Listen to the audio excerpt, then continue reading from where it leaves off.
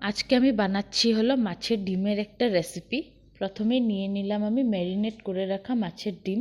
মাছের ডিমগুলোকে আমি লবণ আর হলুদ দিয়ে ম্যারিনেট করে রেখেছিলাম। সাথে আমি এখানে দিয়ে দিয়েছি হলো পেঁয়াজ কুচি, রসুন বাটা, সর্ষে বাটা আরও সর্ষের তেল। সব কয়টা জিনিস দেওয়ার পর আমি ভালো করে ম্যারিনেট করে নিব। ম্যারিনেট হয়ে যাওয়ার পর তারপর বাকিগুলো প্রসেস স্টার্ট করব।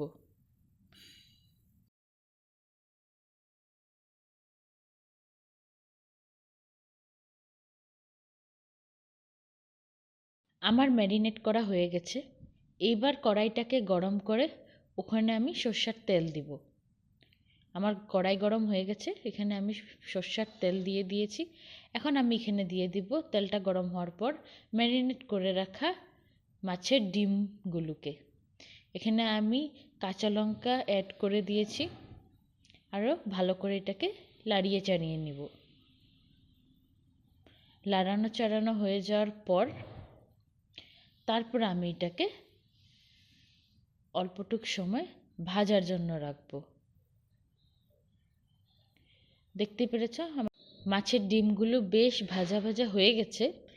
এখন আরও 15 মিনিট মতোই রাখলেই তারপরে ডান হয়ে যাবে। এবার আমি ঢাকা দিয়ে দিব।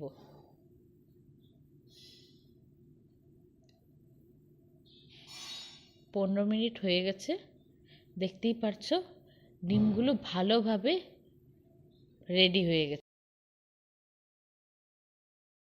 দেখো কি সুন্দর একটা কালার আসছে। আর আমার মাছের ডিমের রেসিপিটাও একদম রেডি হয়ে গেছে।